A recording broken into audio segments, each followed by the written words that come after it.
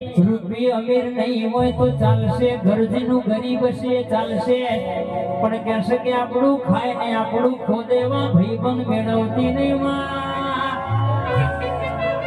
વિશાલભાઈ હોબળો ના કે અડધી રાતે ભાઈની જરૂર પડી હોય ને ફોન કરાવે કે લોકેશન સેન્ડ કરો એવા હાવ જેવા ભાઈઓ મેળવા. પછી ઘેરથી પપ્પા ના પાડસ વિશાલે ને કે સંજય એવા ભાઈઓ ના મેળવતી.